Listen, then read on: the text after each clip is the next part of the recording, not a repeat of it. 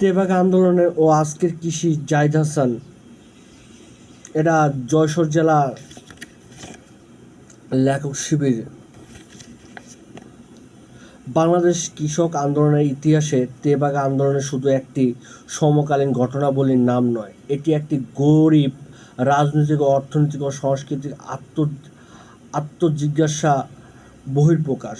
1946 সালে এই কৃষক বিদ্রোহ জমির ভাগ নিয়ে হলেও তার ভিতরে ছিল জমির অধিকার, উৎপাদনের ন্যায্যতা, নারীর স্বপ্ন, প্রান্তিক জনগোষ্ঠীর অমর্যাদা এবং শ্রেণী শোষণের বিরুদ্ধে সংগ্রামে এক সুগভীর বোধ। তেভাগা আন্দোলনে বাংলার কৃষক প্রথমবারের মতো জমিদার ও পুঁজির বিরুদ্ধে সরাসরি রুখে দাঁড়ায়। এ অবস্থায় ছিল শুধু ভাগে দাবিতে নয়, বরং নিজেদের উৎপাদনের পরিচয়কে রাজনৈতিক সড়ক হিসেবে প্রতিষ্ঠা এবং সাহসিক উচ্চারণ।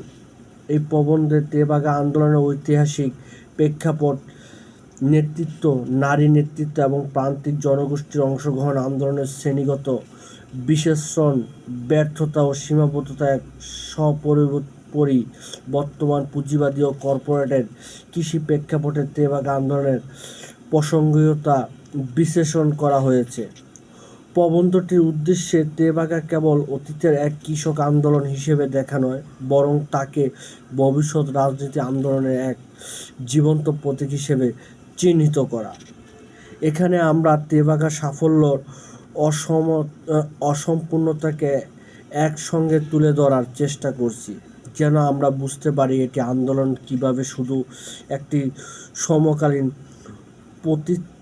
প্রতিক্রিয়া নয়, বরং পরবর্তী শতাব্দীগুলো দিক নির্দেশনা হয়ে উঠতে পারে। তেভাগা আন্দোলনে দেখিয়েছে ইতিহাস মাটি কেবল অতীতের জন্য নয়, এটি ভবিষ্যৎ প্রতিজ্ঞাও বহন করে। বাংলাদেশের মাঠে অন্য ফলাত কৃষক, কিন্তু তার ভাতের হাঁড়ি থাকত শূন্য। 1993 সালে চিরস্থায়ী বন্দোবস্ত কৃষকের ঘরে শুধু দারিদ্র্য আগুন জ্বলেছিল। লর্ড কর্নওয়ালিস প্রবলিত এই বন্দোবস্তের মাধ্যমে জমিদার শ্রেণীকে ভূমির মালিকানা প্রদান করা হয়, যা কৃষকের প্রজায় রূপান্তরিত করা তাদের উপর বহুমাত্রিক শোষণ চাপিয়ে দেয়। জমিদাররা জমির মালিক হলেও কৃষক হলো ভাগচাষি, যেন শ্রম দিল, ঘাম জড়ালো, বীজ বুনলো, কিন্তু নিজের ফসলের উপর ছিল না তার কোনো অধিকার। অর্ধেক ফসল চলে যেত জমিদারের গোলায়, আবার নানান অজুহাতে আরও কেটে নেওয়া হতো। বদরুদ্দীন ওমর চিরস্থায়ী বন্দোবস্ত বাংলাদেশ কৃষক বইয়ের তেভাগা আন্দোলনের প্রসঙ্গে লিখেছেন, তেভাগা আন্দোলন ছিল মূলত কৃষকের নিজেদের শ্রমফলের ন্যায্য অধিকার আদায়ের সংগ্রাম।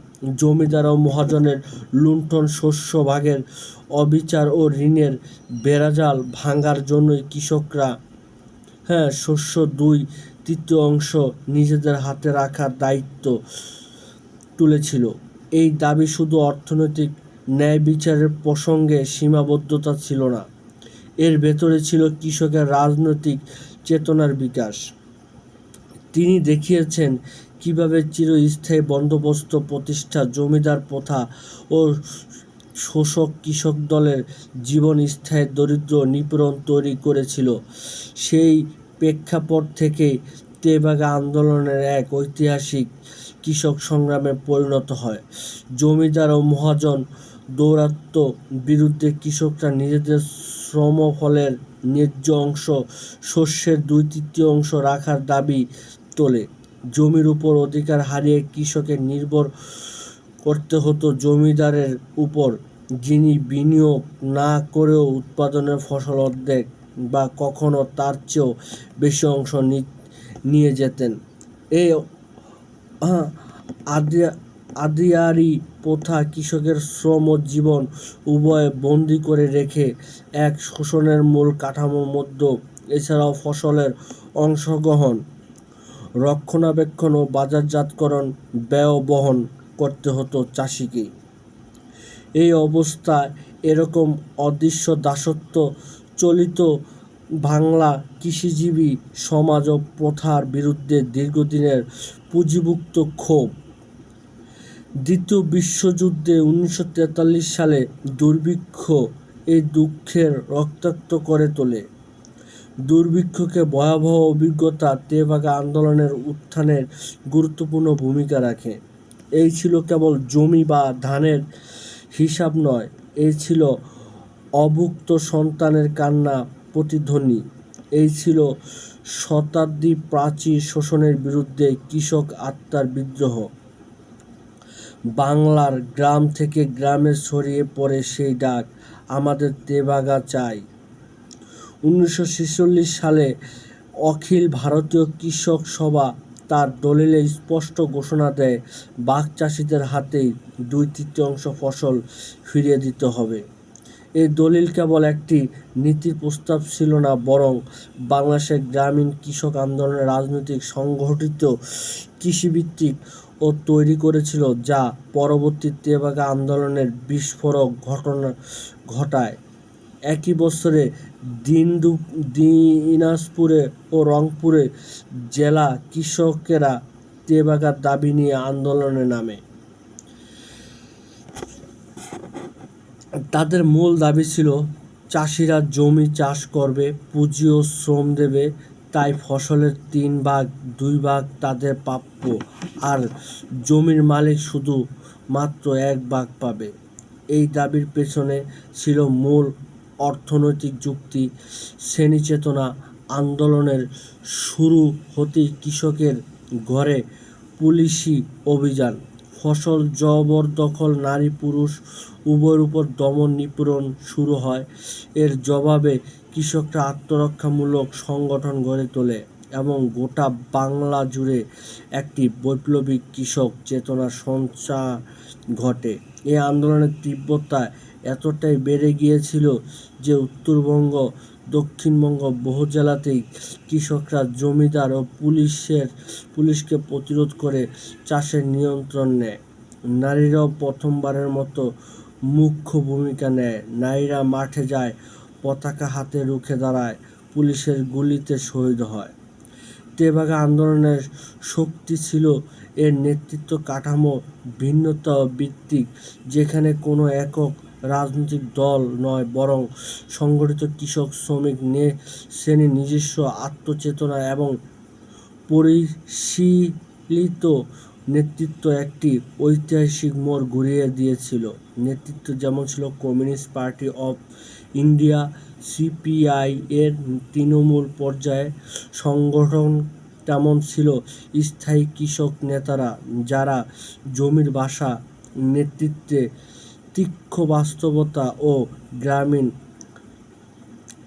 আত্মমর্যাদাবোধের প্রতিনিধি করতেন।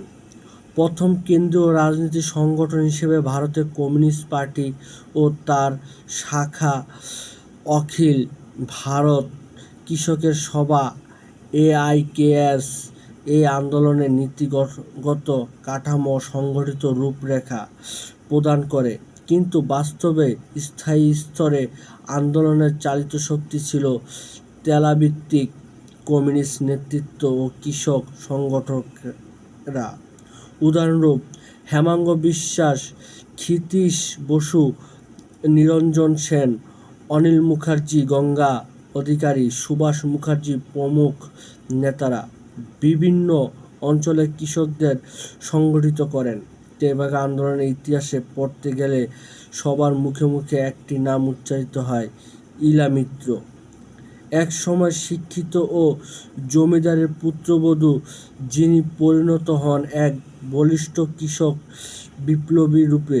তিনি রাজশাহী, চাঁপাইনবাবগঞ্জের সাঁওতাল ও প্রান্তিক চাষিদের নিয়ে আন্দোলন গুরুত্বপূর্ণ ভূমিকা রাখেন। তবে আমরা আসলে ভুলে গেছি প্রান্তিক পর্যায়ে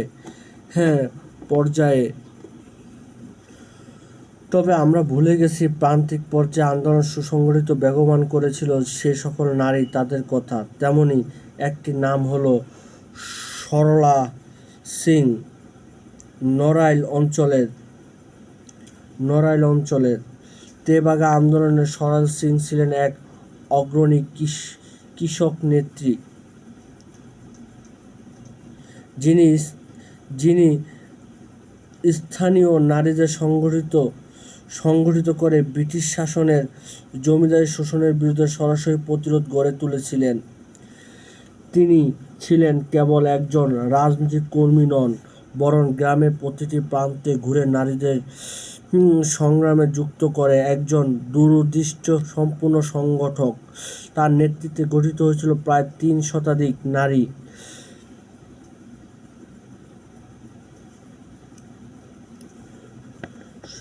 সংগ্রামী বাহিনী, যার ধারণ রক্ষার দায়িত্ব ছিলেন জমিদার বা পুলিশের আগমনের সময় বাঁশি বাজিয়ে সংকেত দিতেন এবং প্রয়োজনে লাঠি হাতে প্রতিরোধে নামতেন।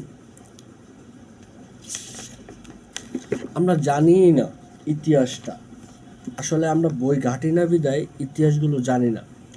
ইতিহাসগুলো আমাদের জানা খুবই জরুরি। আসলে আমরা এতটা পিছিয়ে আছি ইতিহাস না জানার কারণে।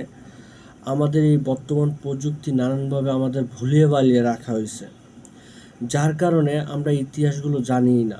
আর না জানার কারণে এতে শাসক শ্রেণীর জন্য খুবই সুবিধা, আর যারা শোষক তাদের জন্য আরও কোণঠাসা করে রাখা। তো এই বিষয়গুলো আমাদের জানা খুবই জরুরি। এই বিষয়গুলো যদি আমরা একটু মনোযোগ দিই, তাহলে আমরা খেয়াল করব যে আমাদের এই অবস্থা কেন। এই অবস্থাগুলো সামনে